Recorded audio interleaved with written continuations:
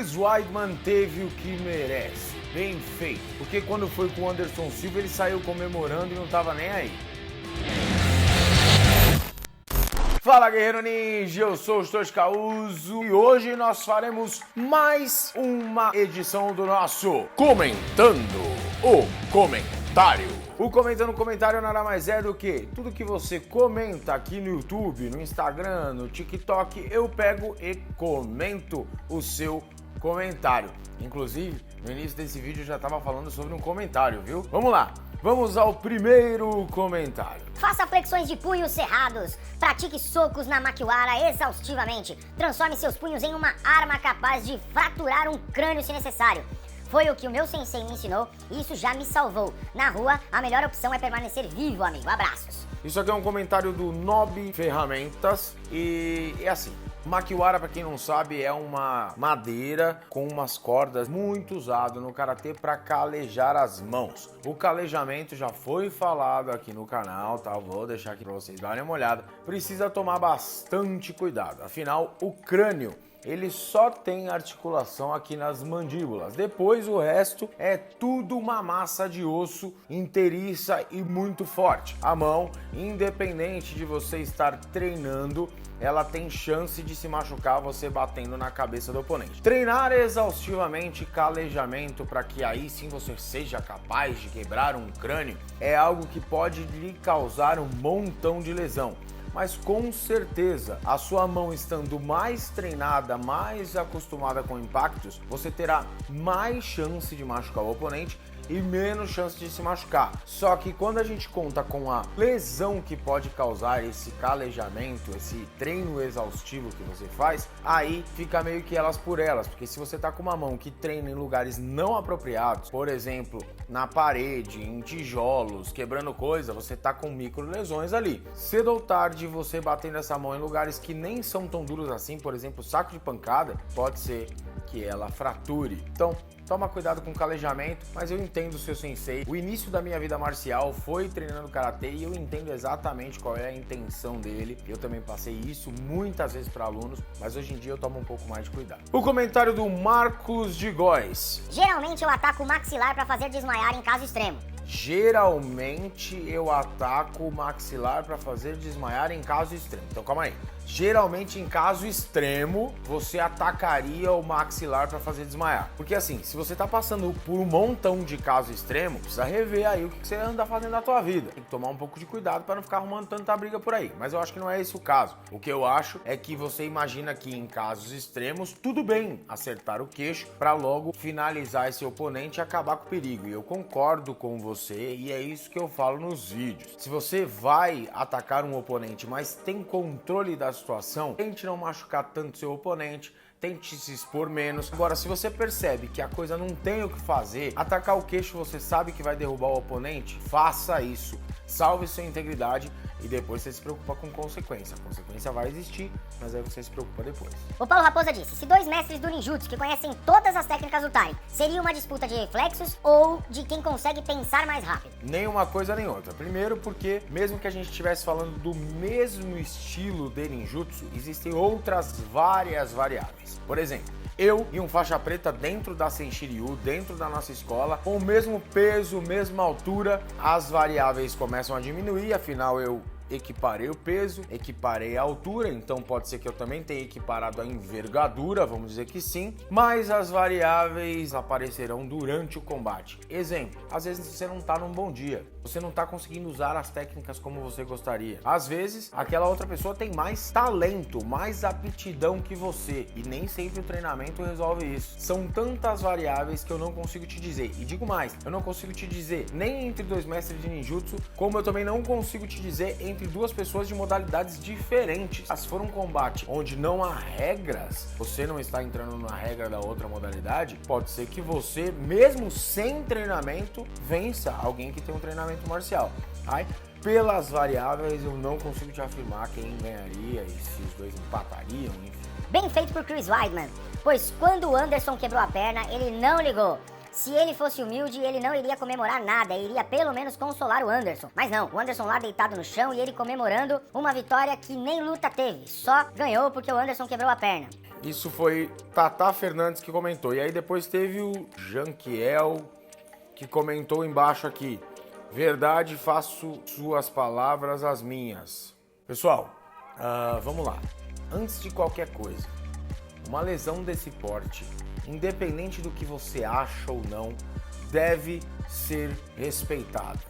A gente já está passando por um monte de coisa no mundo há muitos anos, independente de pandemia, né? Mas hoje ainda com pandemia, um monte de gente perdendo familiares, perdendo pessoas próximas e você comemorando a desgraça de um atleta, comemorando a desgraça de um ser humano. Isso não é legal.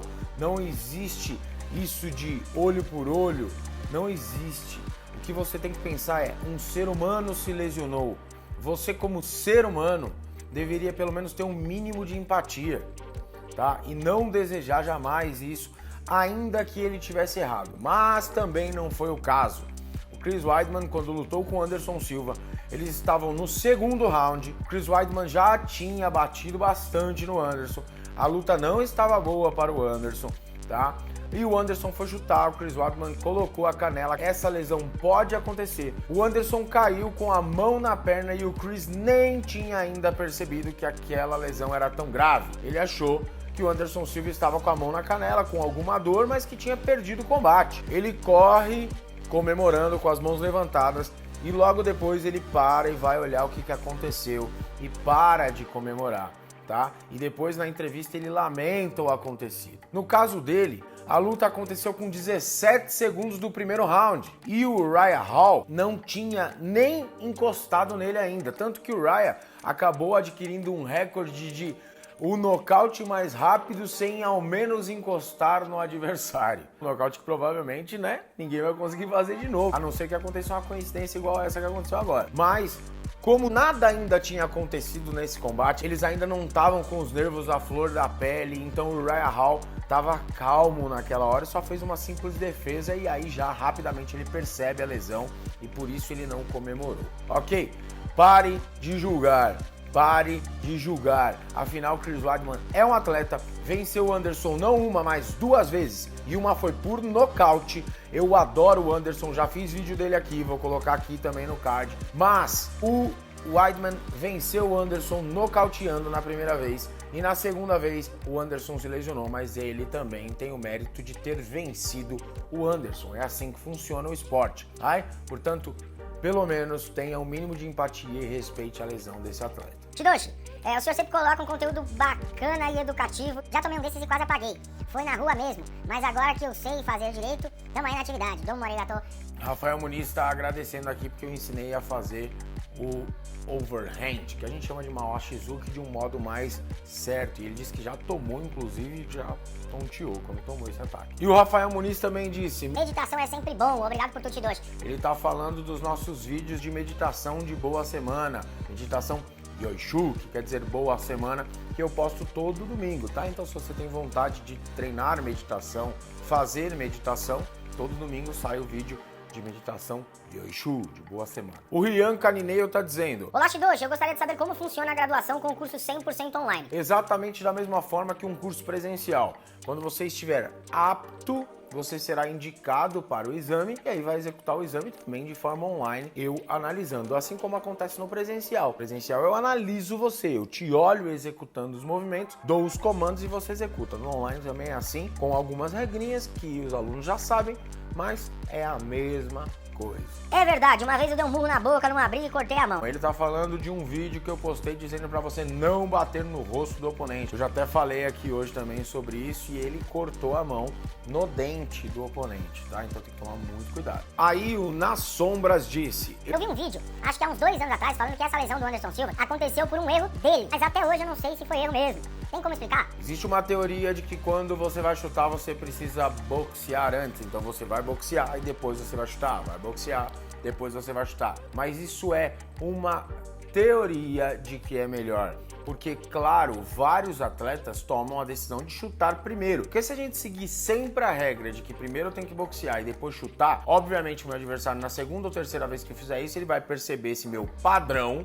e vai se defender disso. Então, chutar primeiro, ou socar e depois chutar, ou chutar e depois socar, não é uma regra que pode ser seguida. Agora, existem coisas que em conjunto funcionam bem. Por exemplo, você boxear e depois chutar. Isso realmente funciona bem em conjunto, mas não é isso que fez a lesão do Anderson Silva acontecer, tá bom? Nem a do Weidman, é claro. O Maurício Querino disse, parabéns pelo canal, cheguei agora e estou aprendendo bastante, obrigado.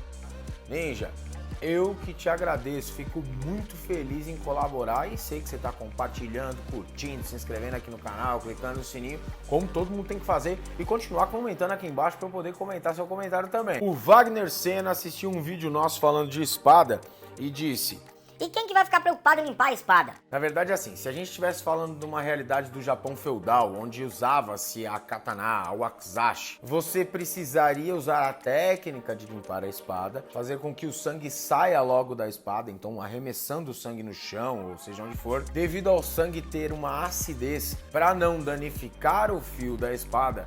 Você tem técnicas de corte e logo depois uma espécie de uma limpeza. Aí você dá uma assistida no vídeo aí que você vai ver eu explicando, mas isso ajuda na longevidade do fio da sua espada. E para terminar, o Jefferson Lima disse: isso é que dá esporte bruto desse, melhoras pro Weidman, mas eu luto só queda e imobilização. Seria bom para evitar essas doidices. O que ele tá querendo dizer aí é de que lutando judô, lutando wrestling, lutando jiu-jitsu, você teria menos lesão do que se você lutar lutas como o caso do boxe, do MMA, do Muay Thai. Não é uma verdade. O primeiro lugar a ser mais lesionado dentro da arte marcial é o joelho. O segundo é o ombro. E aí depois vem a mão, o punho.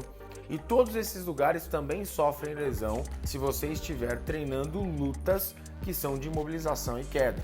Portanto, a arte marcial como um todo pode gerar lesão, mas nem de longe é o esporte que mais gera lesão. Pra vocês terem uma ideia, o futebol é o esporte que gera mais lesão. E não parece que no futebol a coisa é tão bruta assim como parece em artes marciais, né? Quando você assiste um MMA, um campeonato de boxe ou um campeonato de Muay Thai, né? Mas é onde tem mais lesão, o futebol. Então, lesão faz parte da vida do atleta. A gente sempre brinca aqui na Senshiryu que a gente tem o nosso kit ninja, que é luva, protetor bucal e anti-inflamatório. Certo, guerreiro ninja? Então não esquece de curtir, compartilhar, se inscrever no canal e eu te vejo no próximo vídeo. Comenta aqui embaixo para eu poder comentar o seu comentário. Nipo!